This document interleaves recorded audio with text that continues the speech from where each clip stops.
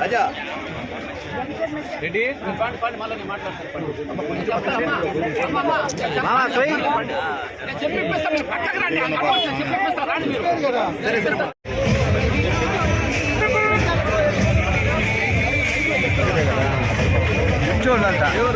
కూర్చోండి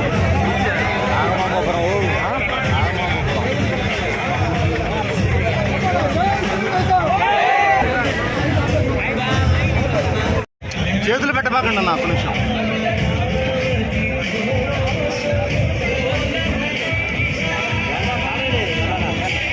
కోవూరు నియోజకవర్గ ఎమ్మెల్యే అభ్యర్థిగా చంద్రబాబు నాయుడు గారి ఆశీస్సులతో మీ ముందుకు వచ్చాను.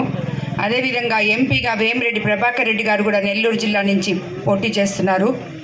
మమ్మల్ని ఇద్దరిని మీ పవిత్రమైన ఓటు వేసి మమ్మల్ని సైకిల్ గుర్తు మీద ఓటు వేసి మమ్మల్ని గెలిపించాలని కోరుకుంటున్నాను.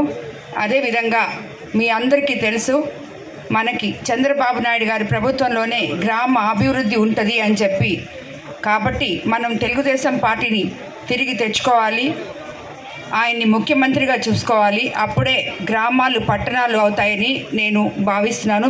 అది మీకు అందరికీ కూడా తెలుసు. ఇప్పుడే అన్న చెప్పారు, తెలుగుదేశం పార్టీలో తప్పితే ఈ గవర్నమెంట్లో ఒక్క అభివృద్ధి కూడా జరగలేదు అని చెప్పారు. అదేవిధంగా ఈ గ్రామంలో ఎన్నో సమస్యలు ఉన్నాయని చెప్పారు. ముఖ్యంగా ఈ గ్రామ భూగర్భ జలాలు ఫ్లోరైడ్తో కలుషితమై ఉన్నాయి అని చెప్పారు. నేను అది ఎమ్మెల్యేగా అవ్వగానే ముందు తాగునీరు అన్నిటికన్నా ముఖ్యం కాబట్టి ఈ ఫ్లోరైడ్ సమస్యను అధిగమిస్తానని చెప్పి మీకు మాట ఇస్తున్నాను. ఈ గ్రామంలోని 45 ఎకరాల తిప్పను వైసీపీ నేతలు ఆక్రమించి అనేక సమస్యలు సృష్టిస్తున్నారని చెప్పారు.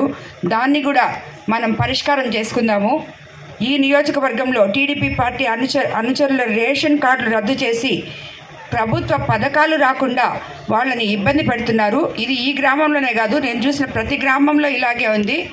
పథకాలు కానీ రేషన్ కార్డులు కానీ ఏవైనా అన్ని వైసీపీ నాయకులతోనే, ఆఖరాకి రోడ్లు కూడా వాళ్ళకే ఉన్నాయి, మన వాళ్ళకి ఎవరికీ లేవు. కాబట్టి తెలుగుదేశం ప్రభుత్వం తప్పకుండా అధికారంలోకి రావాల్సిన అవసరం ఎంతైనా ఉంది. కాబట్టి ఇక్కడ ఉన్న యువకులందరూ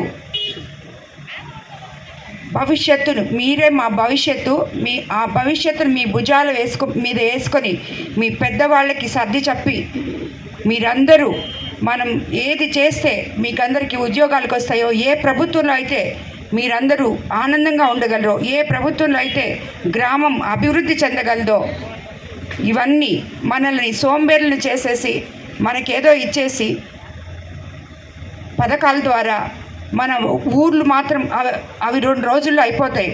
దాని తర్వాత మీకు రోడ్డు ఉండదు, ఇల్లు ఉండదు, సైడ్ కాలువలు ఉండవు, నీళ్లు ఉండవు, ఏవి ఉండవు. ఇది అవసరమా మీకు?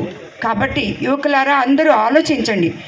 మహిళలు ఇంట్లో ఉండి ఈరోజు ఎంతోమంది ముందుకొచ్చి ఎన్నో పనులు చేసుకుంటున్నారు. వాళ్ళకి ఆలోచించే శక్తి ఉందని నేను అనుకుంటున్నాను. కాబట్టి ఇవన్నీ అధిగమించాలంటే మీరంతా ఆలోచించి తెలుగుదేశం ప్రభుత్వం తిరిగి మనం తెచ్చుకోవాలి. అందుకు చంద్రబాబు నాయుడు గారిని గెలిపించుకోవాలి. దానికోసం మీరందరూ తప్పకుండా ప్రయత్నిస్తారని కోరుకుంటున్నాను.